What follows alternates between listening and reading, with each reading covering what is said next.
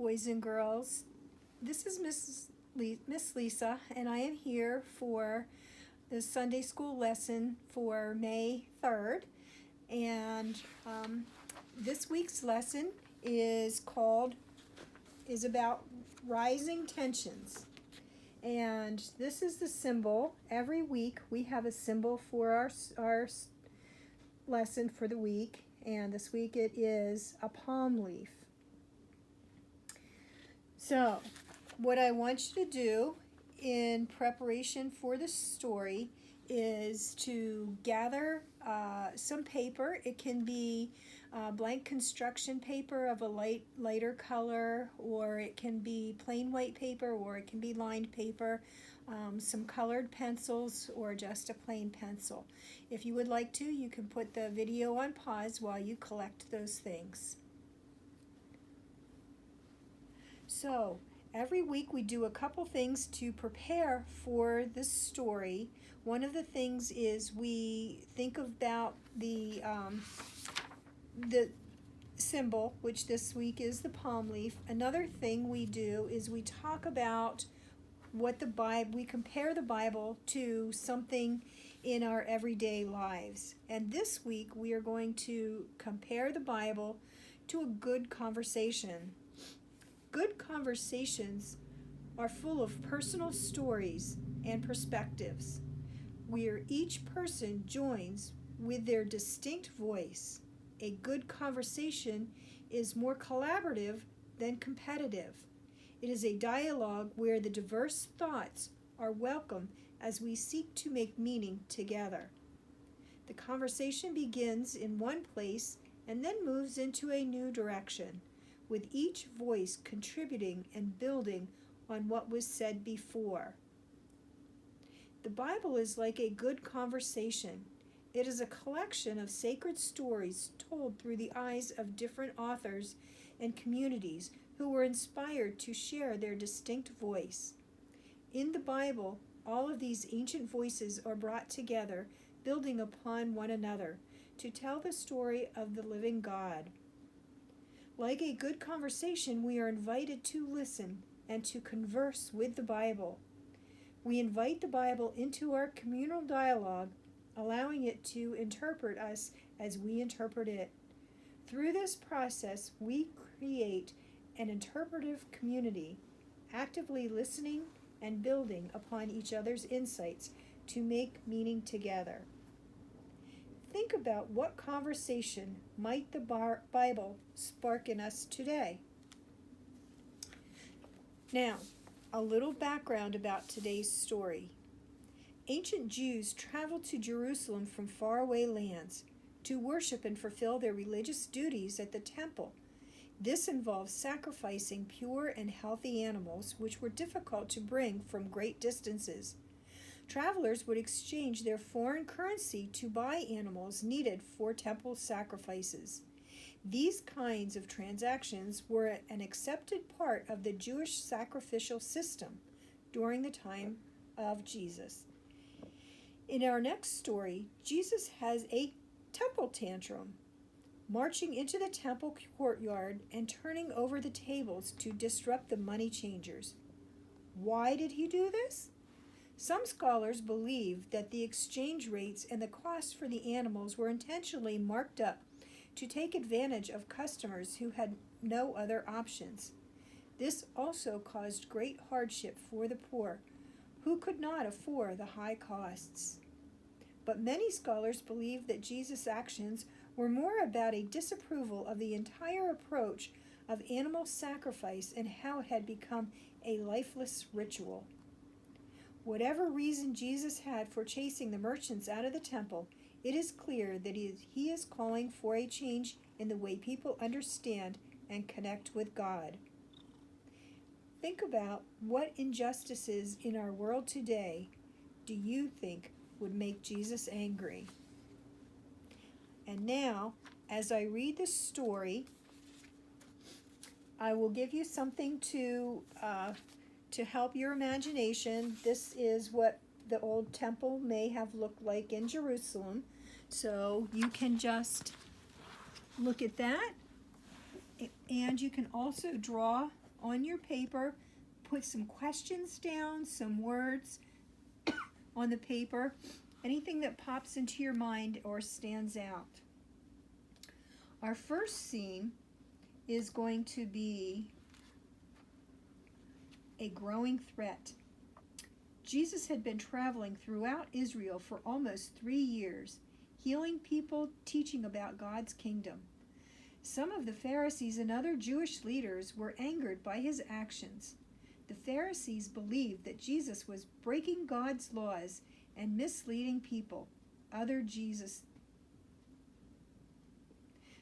Jewish leaders feared that Jesus was stirring a revolt that would cause the Romans to remove them from their positions of power.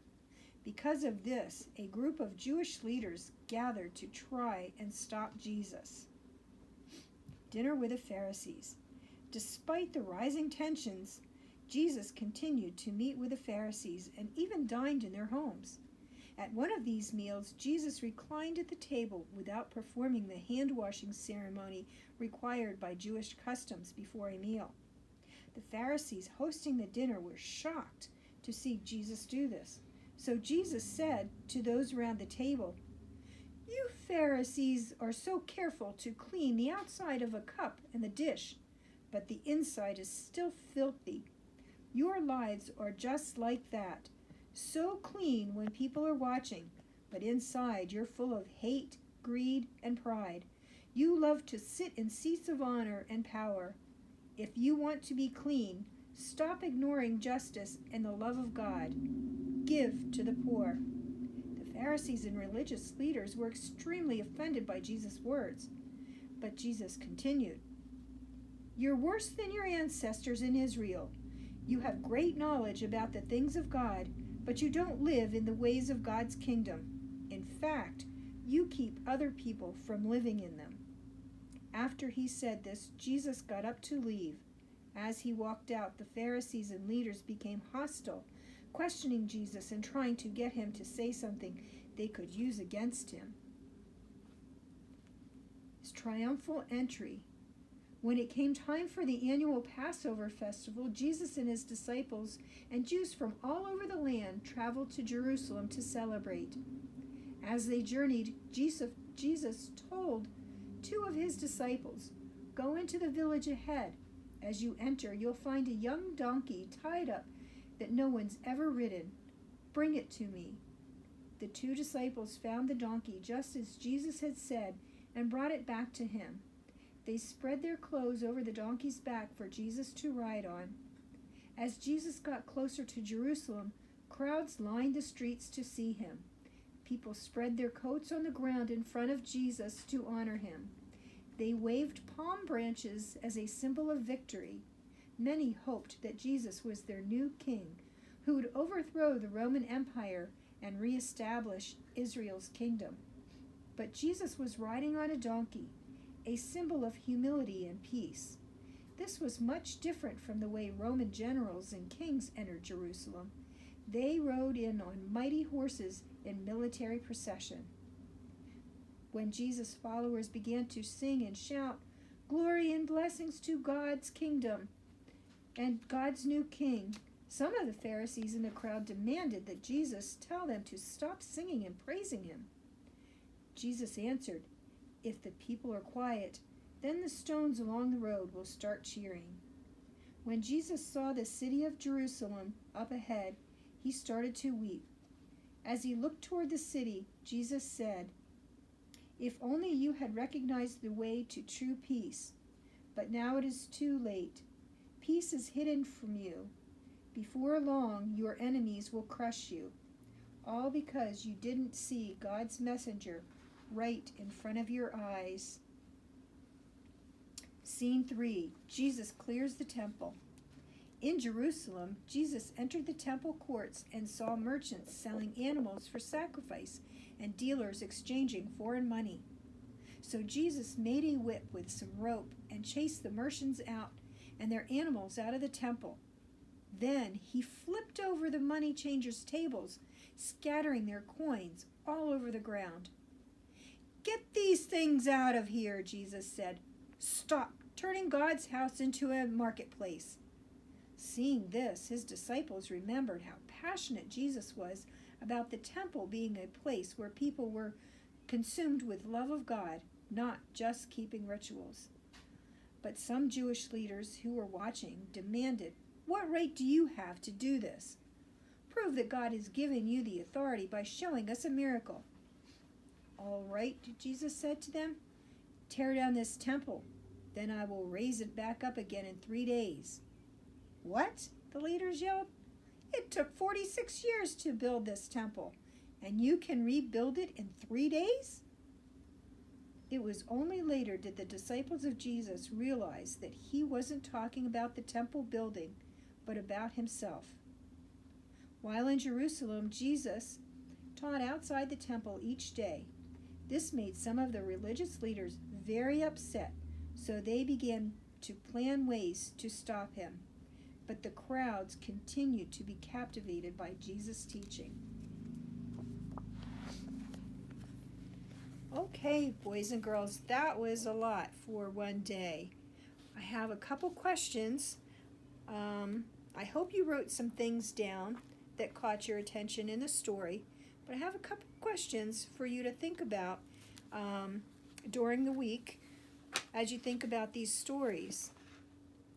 Why do you think Jesus was so confrontational with the Pharisees? And how would you describe Jesus' emotions in this scene? That was when he went to dinner with the Pharisees. Then, in the second scene, when Jesus came into Jerusalem on a donkey, what do you think, or why do you think Jesus would have chosen to ride on a donkey, a symbol of peace, as he entered the grand city of Jerusalem? And for the third scene, the question is, why did Jesus become so angry when he entered the temple court? Okay. Now, lastly, remember we try to incorporate some kind of technology into our lesson. So this week's Google question is, I want you to Google donkey as a symbol of peace and see what you find out. Remember, only look at sources that you think are credible, sources that that are of a religious nature. Okay? I'm glad you joined me for this week's lesson, and I hope that you have a great week. Blessings to you, and I hope to see you next time.